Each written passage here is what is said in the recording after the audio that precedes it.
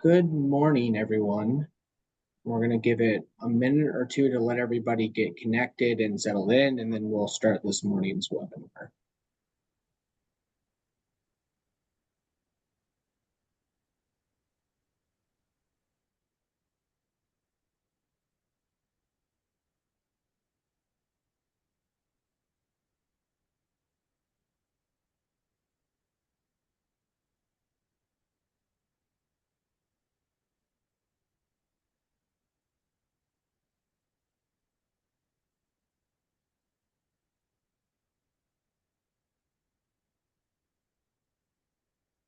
Right, it looks like we might have plateaued, so we'll go ahead and get started this morning. Well, welcome. Thank you so much for joining us this morning. My name is Josh Ryer. I'm Assistant Secretary of Energy at the Massachusetts Executive Office of Energy and Environmental Affairs. I want to welcome you to our webinar providing an overview of the second assessment of the Electric Vehicle Infrastructure Coordinating Council.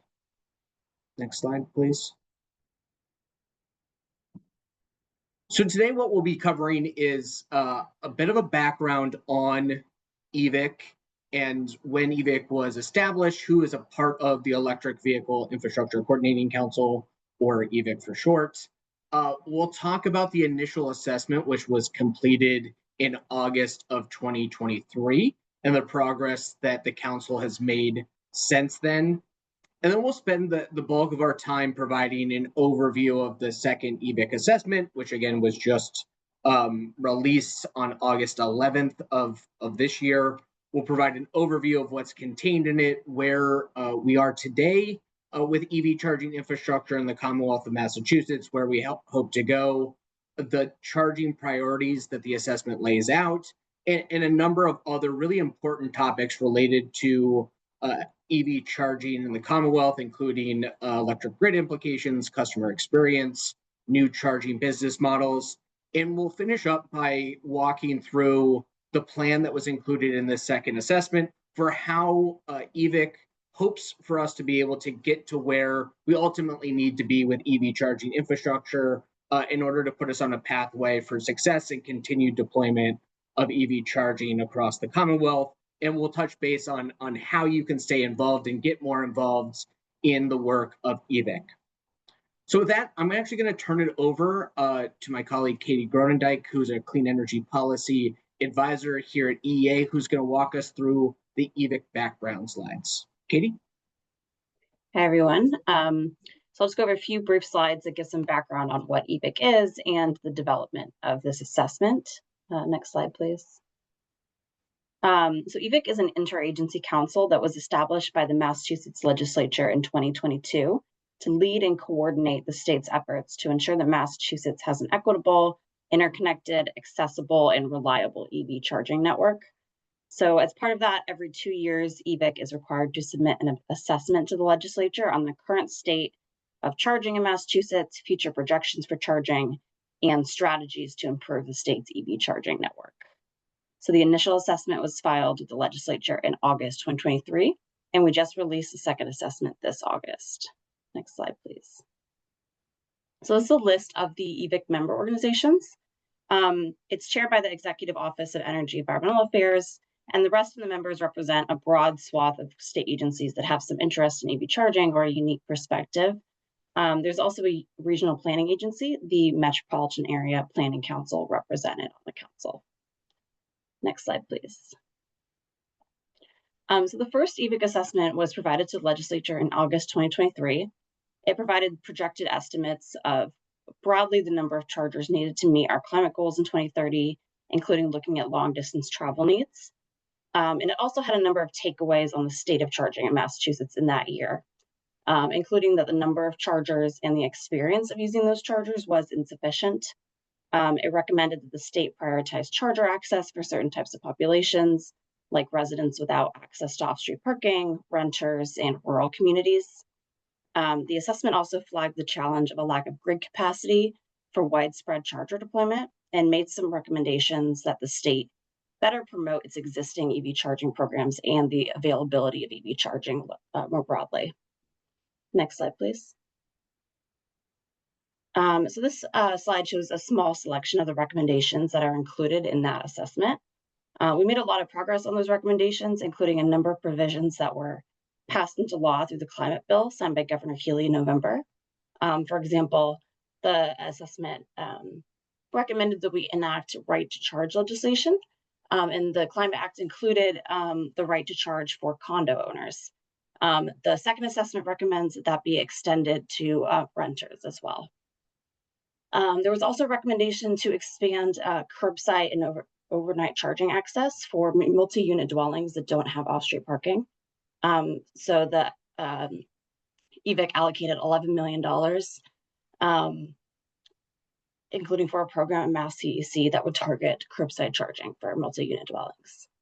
There was also recommendations to prioritize investments in underserved communities. So some of these new EVIC funded programs also focus on EJ and rural areas. And there was a recommendation to require EV charger registration so that EV chargers can be inspected. And there's legislation under developed to enable DOS to have oversight of those inspections. The assessment also recommended implementing grid-friendly charging solutions. So one of the programs that was funded by Mass CEC was a vehicle to everything pilot, which would fund 100 bi-directional chargers. And there's a full update on all the recommendations from the initial EVIC assessment, which is included in the second EVIC assessment. Next slide, please. So since the initial assessment, EVIC's been busy holding monthly meetings with informational presentations and discussions on EV charging strategies. In early 2024, EVIC allocated $50 million in federal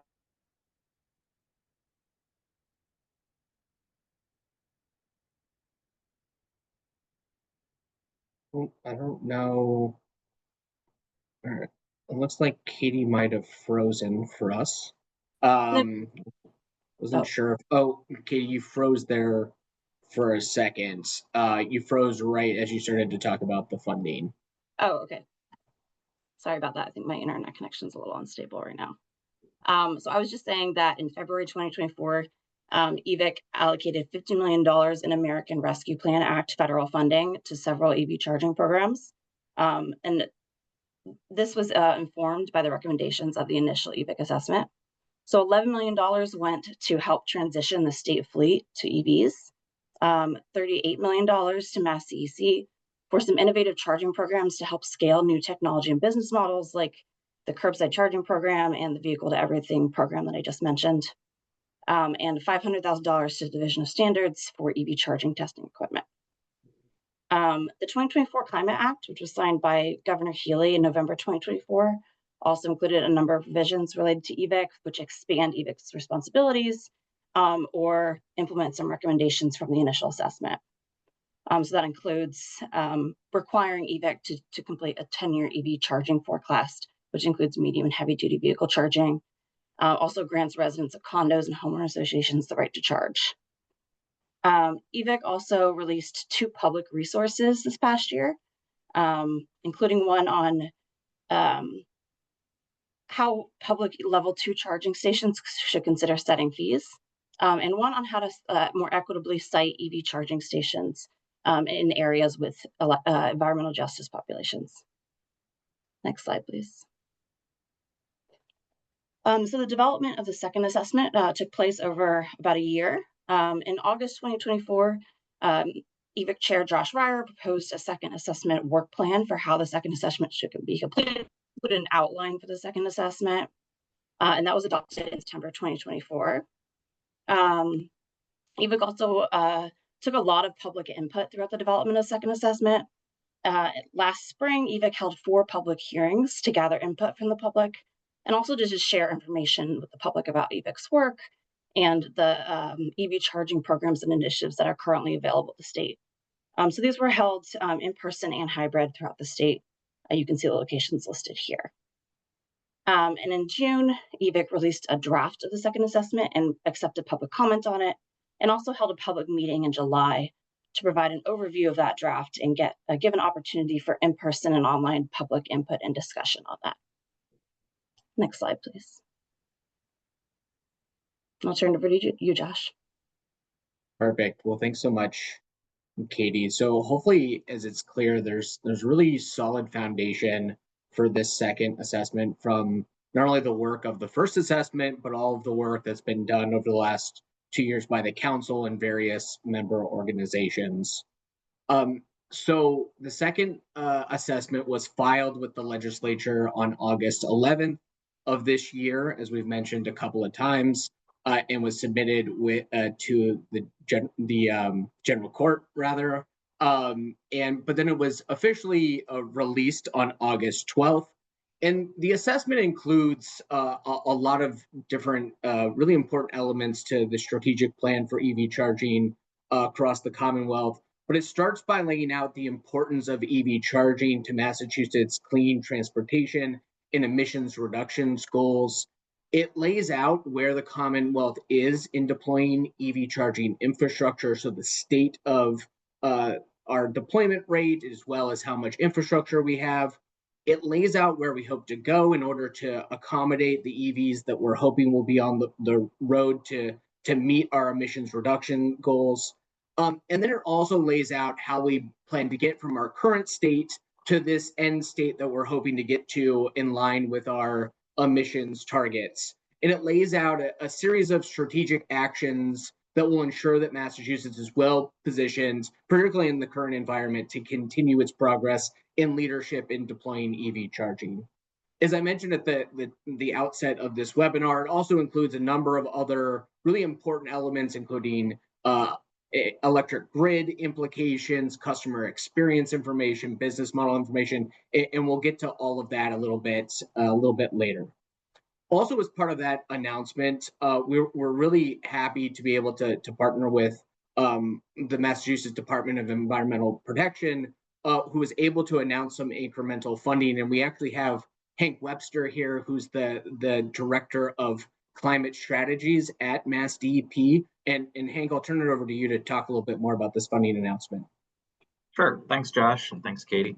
This was an announcement that we aligned with the EVIC assessment, essentially looking at where the gaps were identified and trying to accelerate and increase investment from Mass DEP into those sectors. And so I'm happy to describe that we've got the $16 million for EVIP over the next 2 years. That funding is available right now. It is the same program that folks may be familiar with. We are increasing the allocation for that, and it's a rolling program. So when applications are ready, they can be submitted at any time, and the team processes them. Then second to that, we have another $10 million, which we are aiming at deploying medium and heavy duty charging hubs for that class of vehicles. So that we can reduce pollution, because while they are a smaller subset of the overall vehicle fleet in the state, they also contribute a disproportionate amount of climate and air pollution. So we are excited about that, and I think we'll have some more specific details coming out about that process in the next couple of months. And then finally, an additional $20 million for chargers along secondary corridors. That will support a variety of vehicles, both light and medium and duty. And we're also looking to just plug any gaps that we are able to identify along the way. I think that the timing for more details on that will be probably the early part of next year, just as we line things up into place. So we're very excited to make this commitment and this surge, if you will, over the next 2 years. And we think that it'll help plug some of the gaps identified in the second assessment. So really appreciate the partnership with EEA and all of the other agencies on the and members of the EVIC Council. So thank you. Yeah, thank you, Hank. And thank you to you and Commissioner Heupel for the leadership you all have shown in your commitment to continuing to support electric vehicle adoption, and particularly the coordination and alignment with the second assessment. Been an invaluable partner in this process. So thanks so much, Hank. So as I mentioned, the assessment starts by laying out some of the information about why EV charging is such a point of emphasis for the Commonwealth. As folks on this call are probably familiar, the transportation sector is the largest contributor to the Commonwealth's total greenhouse gas emissions. You can see on the figure on the right there in 2021, transportation sector emissions made up about 38% of our total emissions.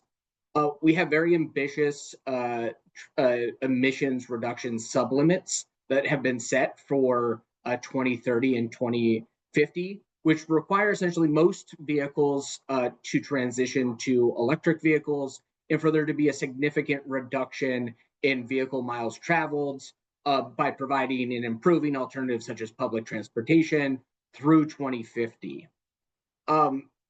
With that as kind of the backdrop of the importance of transportation electrification, a recent survey, and there's a number of different, there's significant research out there about this, but one that we wanted to highlight here is that a survey by J.D. Power and Associates recently found that the top 3 factors cited by folks looking to purchase a new vehicle that were concerned about potentially adopting an EV were related to charging infrastructure.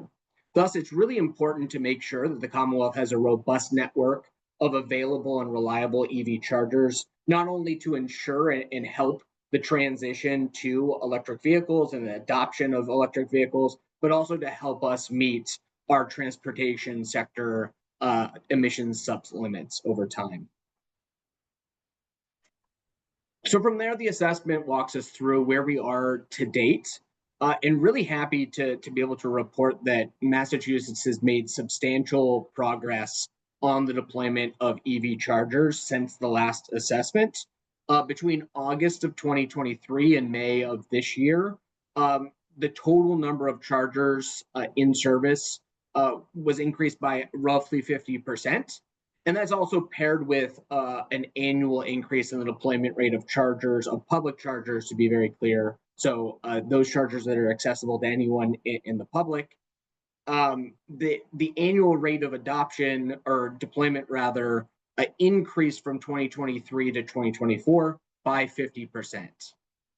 And really notably, we're seeing a huge increase in the amount of fast chargers or direct current fast chargers that have been deployed as public charging infrastructure over the last few years. You can see here that in 2023, about 140 fast chargers were deployed. Last year, there was 382 fast chargers deployed.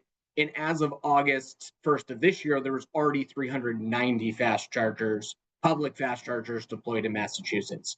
So seeing huge growth overall in public charging, but also particularly in fast charging infrastructure across the Commonwealth.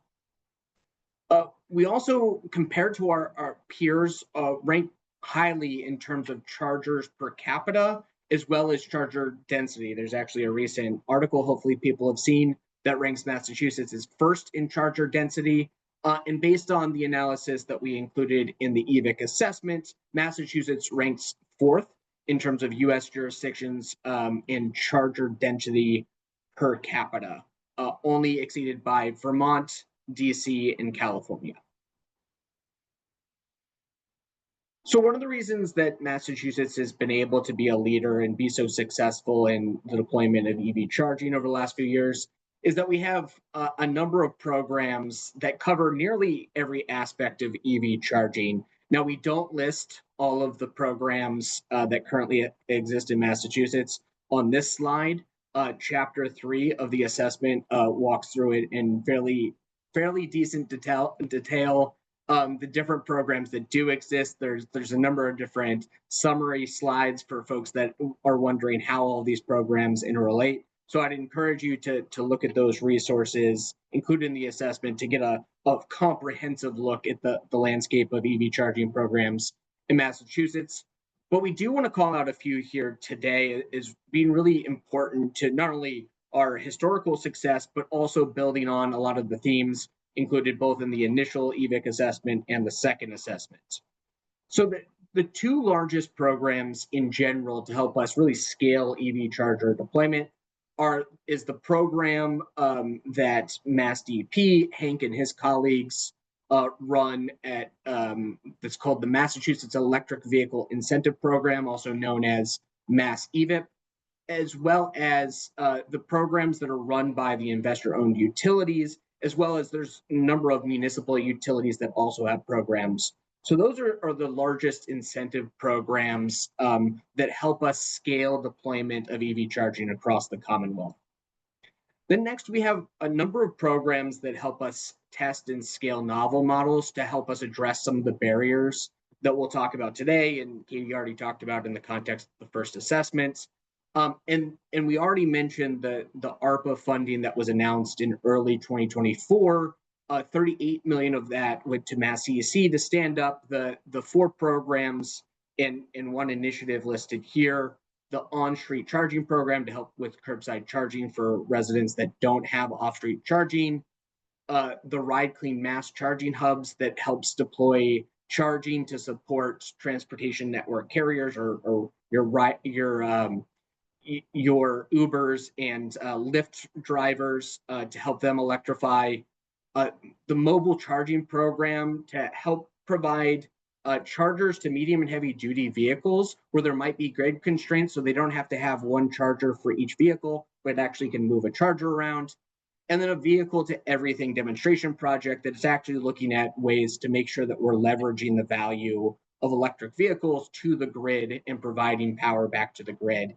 And then Mass CEC's Act for All program is funding novel business models to test them and see if they can provide solutions that can be scaled up to help address equity and other barriers that currently need to be addressed more fully across our programs here in Massachusetts.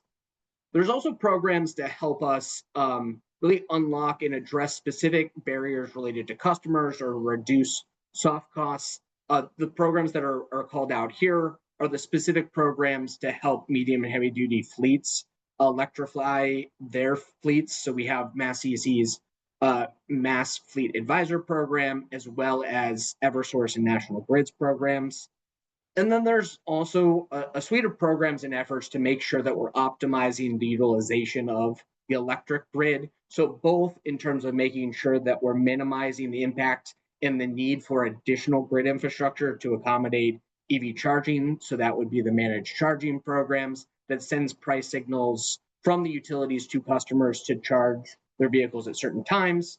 And then the electric sector modernization plans and the Section 103 process that's required by the 2024 Climate Act to help make sure the utilities, in concert with stakeholders, are looking at the future of electric vehicle load growth and incorporating that proactively into their distribution system plans.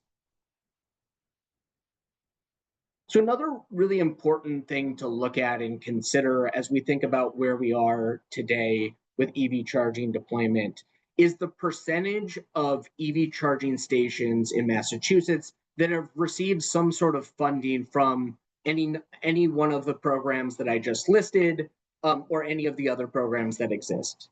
Based on the analysis that we included in the EVIC assessment, about 70% of all public EV chargers have received some sort of funding, either from a state program or from a utility program.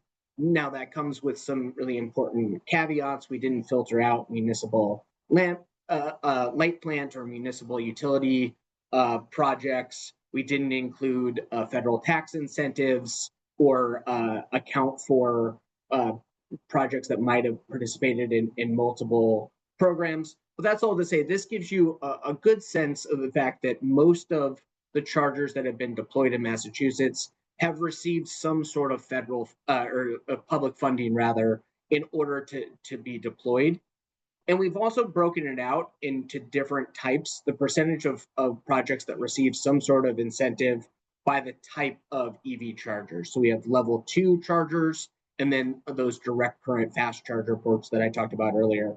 And based on the analysis that we've conducted, it looks like there's a higher percentage of level 2 projects that have received incentives than fast charger programs.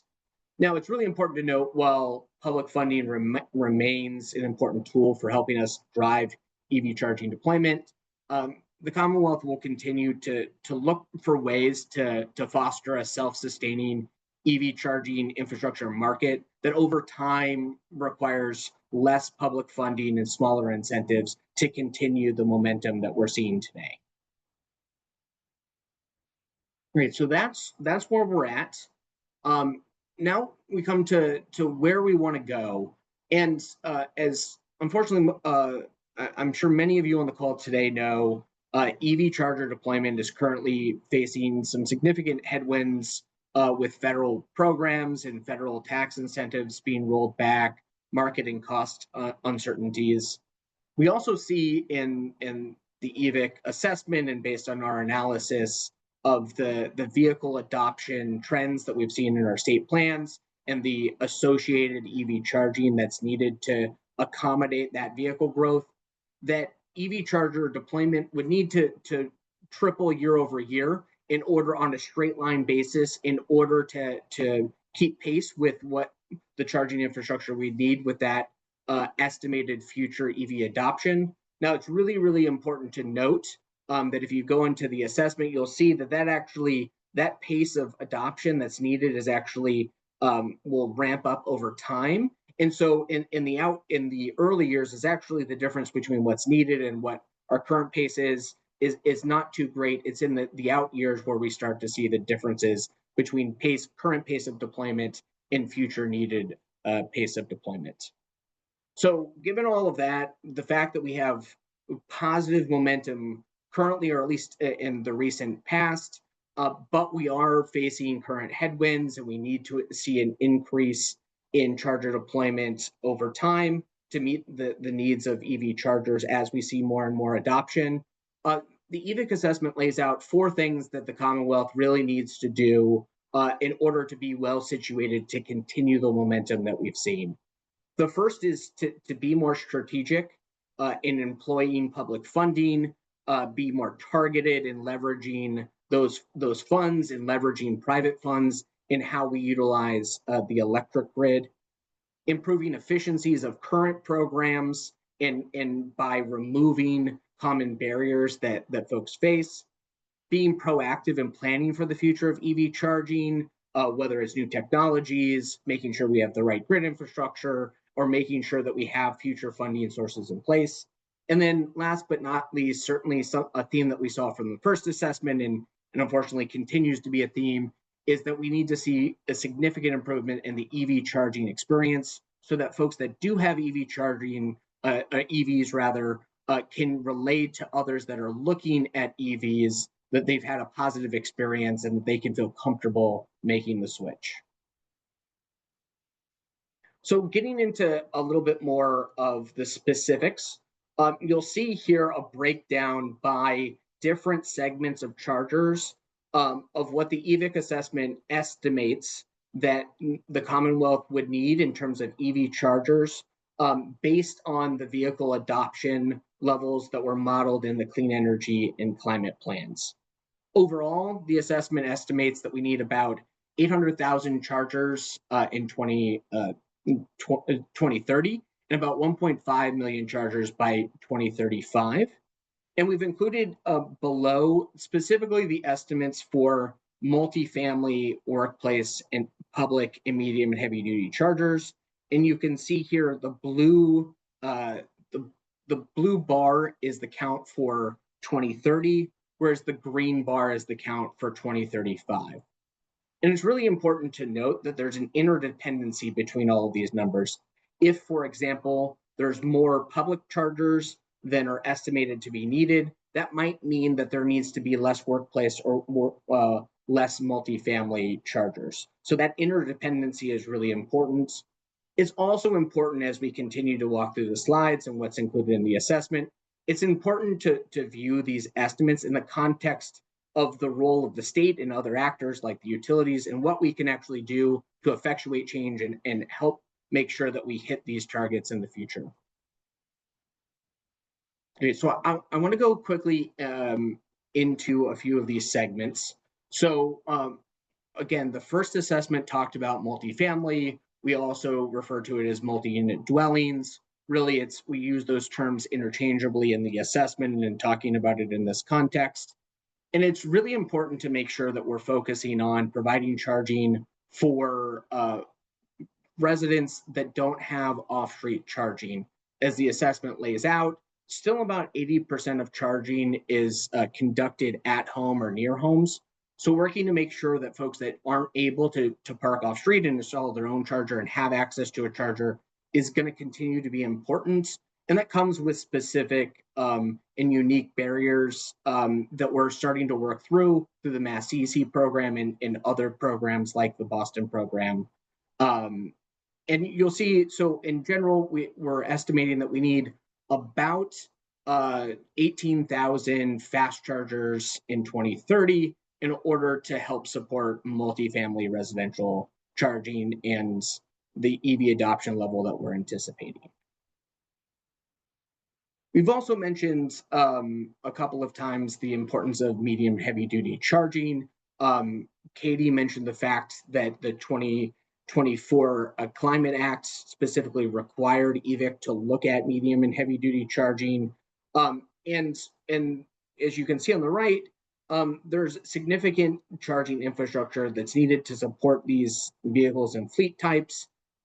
Now, it's important to note that not necessarily all medium and heavy duty vehicles will be electrified into the future, but certainly in order to help those fleets that it makes the most sense to electrify for, building out charging infrastructure to support that transition is going to be important as we move forward.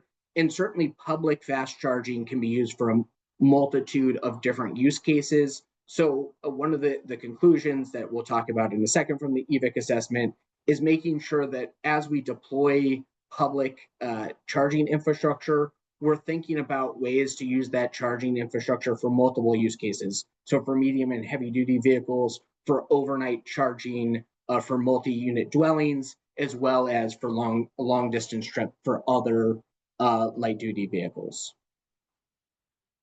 And then last but not least, the assessment really focuses a lot on public charging infrastructure, is that's one of the categories that the state and incentive programs can have the strongest impact. You can see in the top right here that we're projecting that we'll need roughly 92,000 level 2 chargers in 2035 in order to accommodate the EV adoption rates that were included in the clean energy and climate plans. As folks on the call likely know, public level 2 chargers can be used for a variety of use cases and can help support daily trips, can also support curbside charging rather, as well as single family charging at single family homes. And then fast chargers can also be used very much like a gas station is now, and can be used for folks that are going on long trips or near home if they don't have off-street charging or curbside charging. And so it's going to be really important that we make sure that we're building out and we have a sufficient baseline of public fast charging along major transportation corridors in order to address the common concerns we hear around range anxiety, which is being reduced and has come down over time, but persists in the market. And as we'll talk about on a future slide, the second assessment did identify some gaps in our current fast charging network along major transportation corridors. Great, so having walked through some of the numbers and the estimates that are included in the assessment, we actually use the assessment as an opportunity to really level set. I think the industry and us, stakeholders, the state are really trying to evaluate how best to move forward and continue the momentum that we've seen in recent years and we've highlighted in EV charging, while also facing the level of uncertainty that we're currently facing with market forces, federal changes, et cetera. And one of the things that we landed on and really thinking deeply about that was that more than just one number or any number for a specific segment of chargers that we need, what's more important than that is actually our state priorities and how we employ public funds in order when we are deploying EV chargers so that we're getting the most out of those funds. So we spend a lot of time and space in chapter 4 of the EVIC assessment, laying out exactly what are, at least our perspective on and the council's perspective on the highest value use cases for EV charging infrastructure based on the different types of vehicles. And so we think moving forward, it's really important that all of our state programs focused on incentivizing those highest value opportunities, particularly where state and utility and other actors can have the greatest impact. So in general, this means targeting public charging infrastructure as well as fleet charging infrastructure, where we're actually unfortunately lagging a little bit behind where we are with light duty charging infrastructure deployment.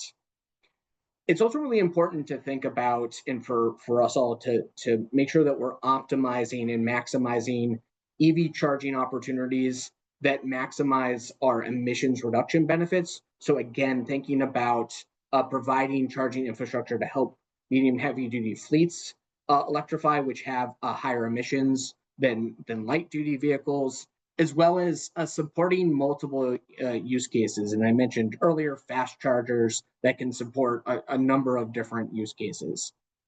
And then, of course, as we're thinking about all of these things, keeping in the back of our minds that it is the state's role and the role of these programs to help fill out the gaps in our network and make sure that we're building out EV charging infrastructure equitably and supporting infrastructure in places that may historically have limited access to EV charging. So not only environmental justice populations, but rural communities and multi-unit dwellings as well.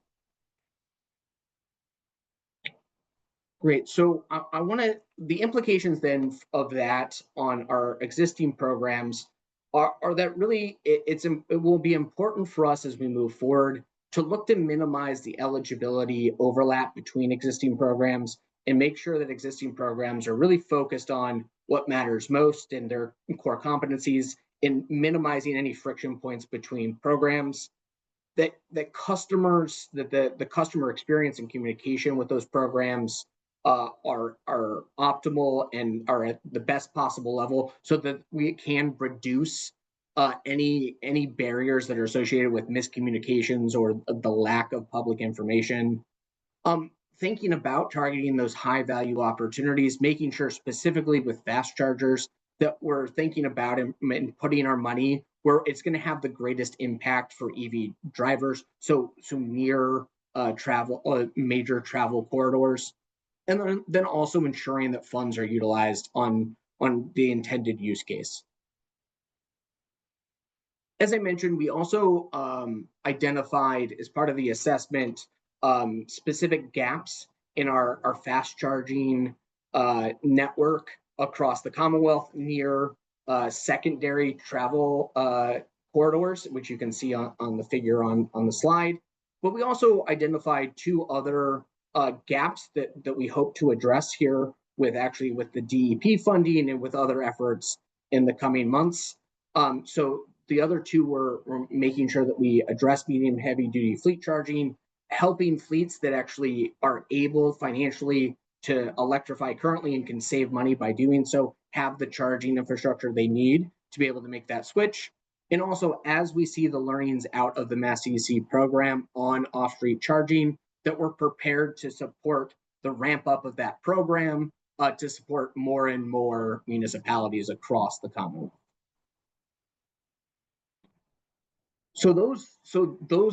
That's where we're at. That's where we hope to go in some of our charging priorities for the state. I also promised that we would talk about some of the implications for the grid of EV charging. And so it's just important to know, of course, any new draw on the electric grid will, of course, require new infrastructure if there is an existing capacity on the grid. And so the impact of EV charging on the grid is very localized to those chargers, and based on the chargers can be stepwise. So it can be a large point of single load that can have a big impact on grid upgrades and frankly can actually outpace the development and deployment of new grid infrastructure. So it's really important that we consider alternative solutions. We'll first work with our utilities, work with contractors to make sure they understand existing grid capacity, where it is optimal to deploy EV charging, so we're using existing capacity, but then also to think about alternative solutions to the build out of infrastructure, whether that's different managed charging programs, or making sure that we're sending the right rates and price signals to customers through utility rates, or demand response programs that pay customers to respond to certain events to avoid the need for grid upgrades. So with that context and noting the potential impact of EV chargers on the grid, already mentioned that it's really important to consider alternatives, particularly when we're thinking about ensuring affordability. As the assessment lays out, there's actually the potential, because EVs represent new customers that the electric grid costs can be shared between. There's actually an opportunity for electrification to reduce rates, but only if we do transportation electrification in a way that ensures that we're minimizing grid upgrades. So we looked at, as part of this assessment, what the potential peak impacts to the grid would be of this projected EV charging load. And as you can see, in 2035, if electric vehicles charge when they normally would charge, there could be up to a 4 gigawatt impact or increase in peak demand due specifically to electric vehicles. So that's scenario 1 that you can see in both of these tables. Scenarios 2, 3, and 4 look at different ways that potentially EV charging could be managed. Scenario 4 is a scenario where it's optimally managed. You avoid every single peak that you possibly can.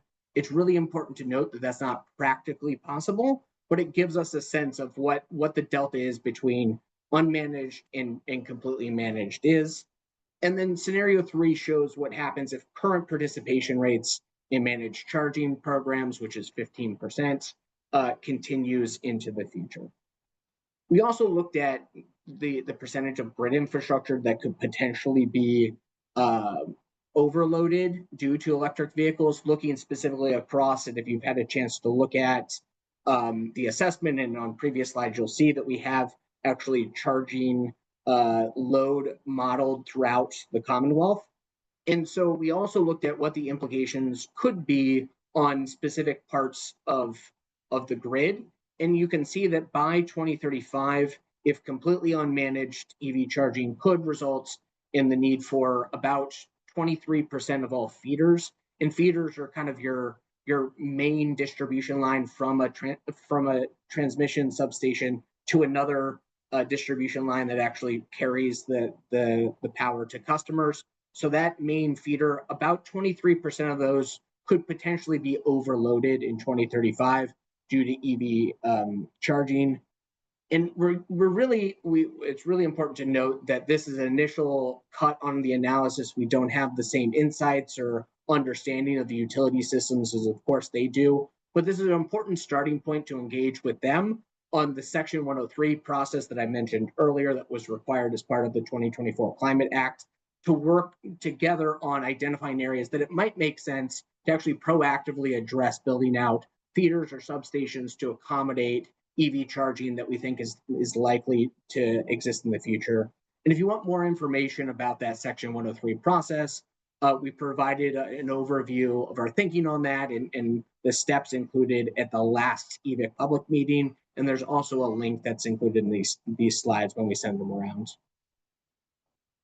Great. So with that, I'm going to turn it over to Mark Scribner, who's our transportation policy advisor here at EEA, who's going to walk us through some of the customer experience and EV charging business model considerations. Thank you, Josh. And I want to jump right in first to talk about reliability. And myself, from my personal experience as an electric vehicle driver for over 13 years now, I've experienced the good, the bad, and the ugly when it comes to using public EV charging, both in the region and out of state. And it boils down to not only a charger's hardware and software components being in working order, but any of the other additional systems that are attached to it. We've identified in the second assessments what we consider some of the best practices we'd like to see industry and station site hosts implement whenever possible, and we're working in tandem with these comprehensive recommendations with reliability regulations that are in development in the state. And some of these include real-time status reporting so that drivers and others can see if the station is up, if it's in use, and the information about the station's cost and other important information. And a lot of reliability comes down to providing this consumer confidence, not only for existing EV drivers or those who are interested in getting an EV, but to bolster the confidence that would continue to support the market for the next generation of EV drivers to feel like fueling is not going to be the obstacle. And we've seen that in some surveys where now the top 4 out of 5 concerns in some surveys are gravitating towards concerns about charging. So we're razor focused on this. Uptime requirements are something that were in the National Electric Vehicle Infrastructure Program, the NEVI program of 97%, and we believe that uptime requirements as well for other types of funded charging are important. And finally, Open Charge Point Protocol, or OCPP for short, is a standard by which all stations can interface with other networks so that there can be more of a seamless integrated network across different charging companies' networks. Now, when we talk about data sharing across charging networks and this interoperability, often enabled by OCPP and other technologies, will help streamline this consumer charging experience. And an example of that is not only by using charging apps or the vehicle itself, data aggregation platforms like Google Maps, Apple Maps, and a dedicated PlugShare would be able to also have that information about the real-time status of those stations, again, bolstering consumer confidence. And allowing data sharing through APIs, application program interfaces, would allow other types of tools that consumers might use to be able to see the status of these stations before they make the choice to go visit them. And talking about consumer disclosure and payment, and I mentioned with reliability that really the payment system is part of that reliability chain. It's really important. And so sometimes the station itself may be working, but the issue is the payment system.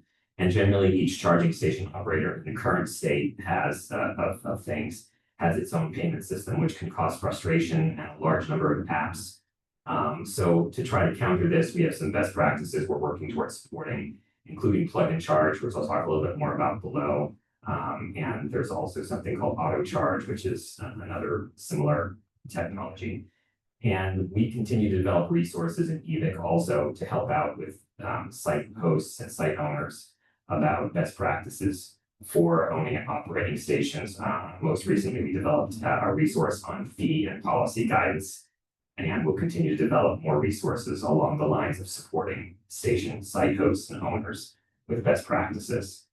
And with regards to Plug and Charge, now this is a technology that Tesla as a network has had from the get-go, where the driver can pull up, plug in, and the transaction automatically starts just from plugging in. So there's really an opportunity there to make the charging experience an improved experience, better than getting gasoline, easier and more seamless.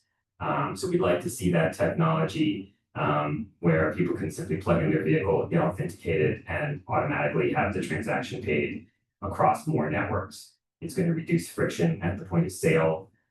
It'll also create that greater convenience and trust for drivers and the next generation of EV interested consumers. And it'll reduce support costs by having stronger customer retention for those operators. It'll be a positive experience that people will want to repeat.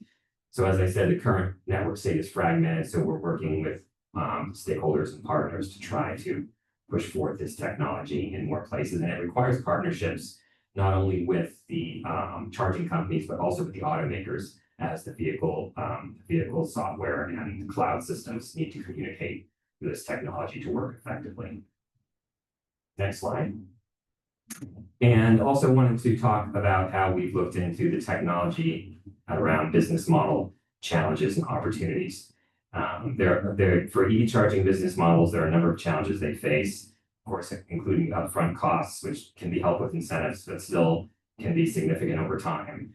Electric grid constraints, particularly for level 3 charging, and uncertain profitability and utilization rates, in particular for public EV charging, knowing how much usage the stations are going to get based on driver patterns, but also based on adoption rates, create an uncertain profit landscape.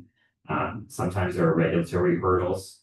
And then coordinating responsibilities, this last but not least, can't be underestimated, between the site hosts and the operators, particularly around things like reporting maintenance issues or who is responsible for site monitoring or site enforcement of policies or rules. So we continue to develop guidance around that as part of the EVIC work ongoing through until the next assessment. We were also focused in this assessment on innovative technology and business models, and feel that those are really paramount to unlocking private investment and addressing some of these challenges that we listed that are with traditional business models. And one of the most promising is charging as a service, or CAAS for short, and other turnkey solutions. And when we use the term turnkey here, sometimes that's used to refer to turnkey installation, where the entire install is done and then the keys are turned over to someone else. Here, we're really talking about not only installation, but the complete operation and maintenance, the ownership, and from a responsibility perspective of the site by that third party. And we've really heard an interest in that from everyone from municipalities to private companies, so that that particular burden of having to actually manage the charging station or the charging station network is handled by that third party. It really offers long-term operations and maintenance support that sites can't necessarily be prepared to handle, and really could help scale EV charger deployment in a way that individual site-by-site hosts wouldn't necessarily be able to do. And now I'm going to turn it back to Josh, who's going to take us to where we go from here. Perfect.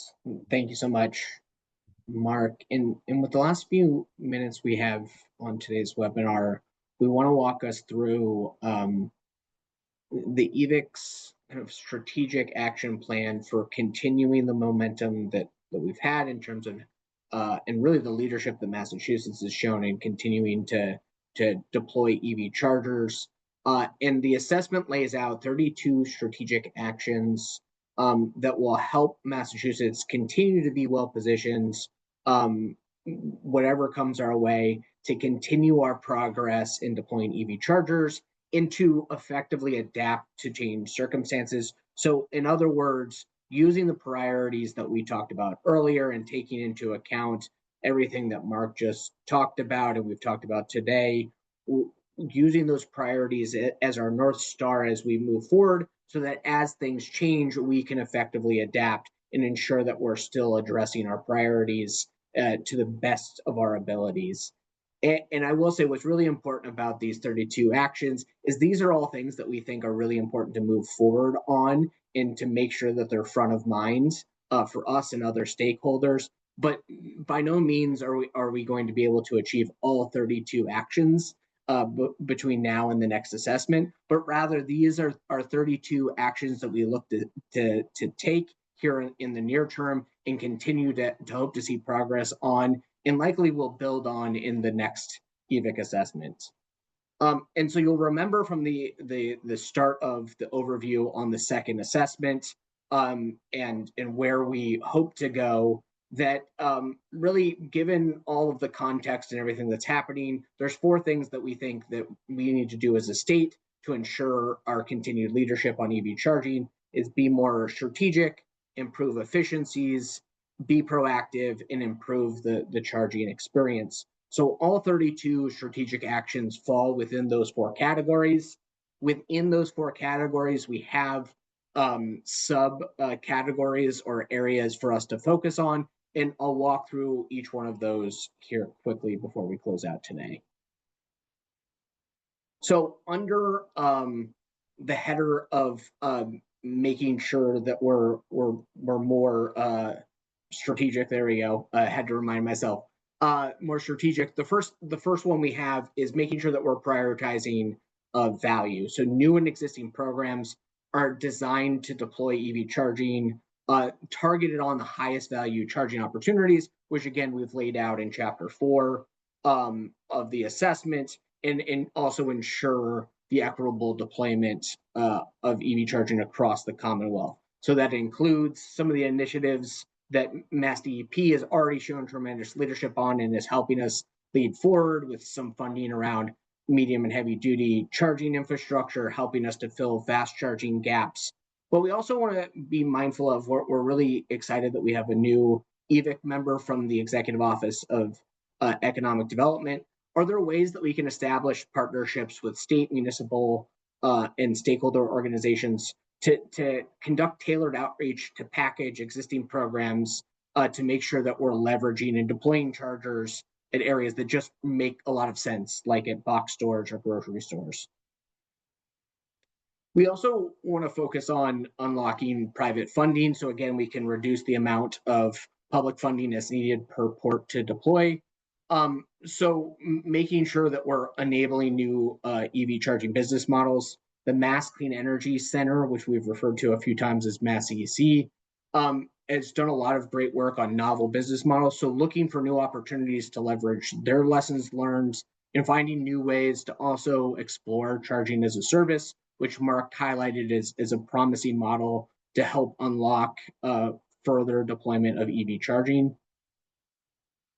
We also want to make sure that we, and being more strategic, that we're also making sure that we're minimizing grid impacts, so that we, it's going to be very important that we work with the utilities to make sure that we have things like a comprehensive approach to manage charging, to help make sure that we minimize grid-related costs in the future, and that we also are exploring novel approaches to make sure that we can target some of our efforts to avoid areas of the grid that may become overloaded with EV charging because those impacts, as we talked about earlier, are so localized and the grid constraints can be so local.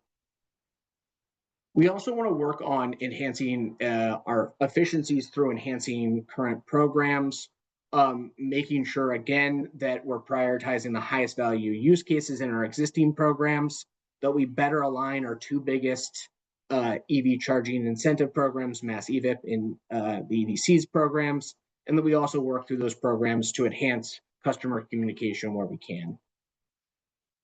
We also want to work to deploy, to reduce barriers and soft costs through reducing barriers. So collaborating with stakeholders to explore ways to standardize local EV charging permitting, and also work to create and provide new resources for customers.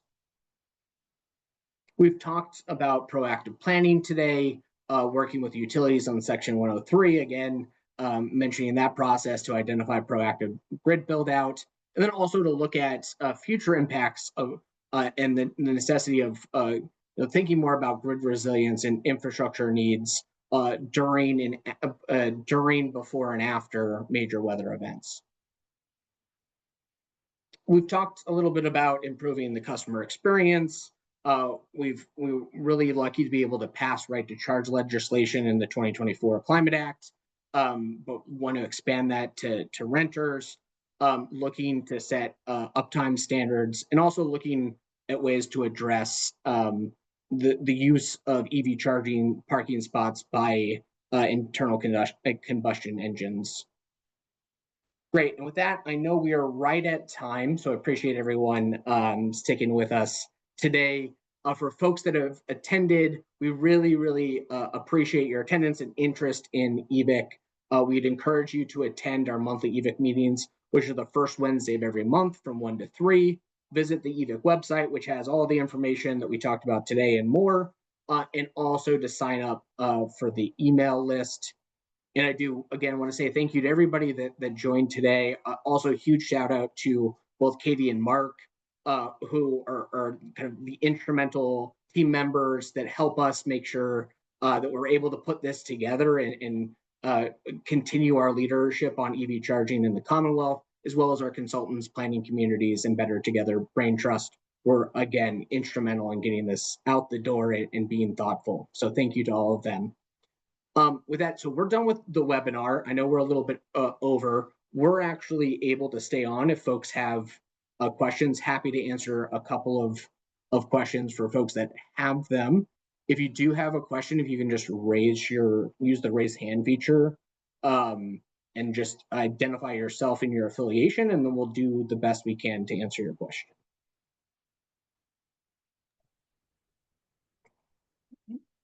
James Frey. And this is really great. Thank you very much for running a full second copy of this as you guys are keeping this progress in view. My name is Jim Fry. I work for 2050 Partners, and we support states and utilities with their decarb plans. My question has to do with improving the confidence of the non-public chargers install base. What plans do you guys have to try to make sure that 80% plus of all the charger universe is known well enough so that you know that part is growing also? Thanks. Yeah, great question, Jim. Glad you've been able to join us on this and in other forums. Yeah, so one of the recommendations that we didn't, if for folks that were following along at home, you will notice that I did not go over all 32 recommendations. So one of the recommendations that we have, and this is really building off of the 2024 Climate Act, is to do our best to create an inventory of chargers that are out there, both public and private. There are certainly, and the assessment does walk through this, there are certainly barriers to getting that information and making sure that we are able to collect accurate information on that. There is some information available on US DOE website for private chargers. We also have access to some of that information through various programs in the Commonwealth. So we'll look to create an inventory to the best of our abilities based on data sources that we have. Frankly, we created a mini version of that for this assessment anyway. So we'll look to build off that in the future to make sure we're doing what we can to track progress there. We're also starting to think through, and we're really careful with how we at least tried to be very careful with how we talked about the reliability regulations. So it's clear that we'll definitely start with the uptime standards for publicly accessible fast chargers. I think that's where California is really leading the way on those standards. You already have standards for those type of chargers from the NEVI program. But there's also in the statute kind of this question of whether or not other chargers would be a part of those standards. And we just want to make sure there's time and space to have a conversation with folks like you, Jim, and others to understand, is our uptime standards for public level 2 chargers and other chargers, say, at multi-unit dwellings, for example, which depending on your definition of public, could fall under that category since it's open to more than just one person. So that's all to say, I think we have a few different mechanisms to help us stay abreast of where we're at with charging infrastructure, non-public charging infrastructure, and then also at least one tool to potentially use to help ensure the quality of service. But that's something that we'd want to do if we were to use that in that context. We want to do very thoughtfully and over time. So we're not creating another barrier, another thing that would potentially actually inhibit folks from deploying chargers. So hopefully, Jim, that answered your question. Oh yeah, it's a great start. Thanks. Yeah, great. And then Jeff.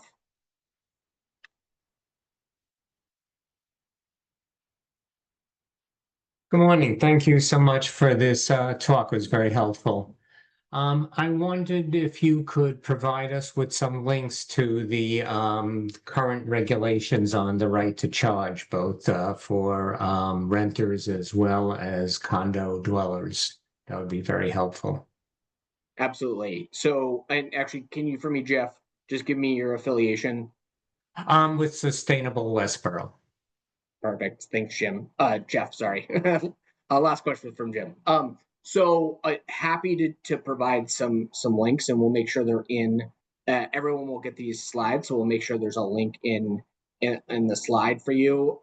Just want to be really careful with the current legislation that was passed as part of the 2024 Climate Act included right to charge language for condos and folks within homeowners associations, it did not include renters. And so renters is something that we're hoping to work with the general court to explore expanding right to charge legislation too. Okay, thank you. Thank you. Great. Any other questions today?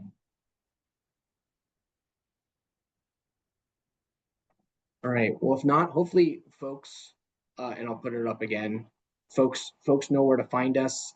We encourage you to participate in our monthly EVIC meetings. We always try and have a substantive topic and presentations, and then a substantive discussion at the end. So we hope that you'll be able to join us for those. With that, I want to say thanks again for attending, and thanks for everyone and their hard work going into this assessment.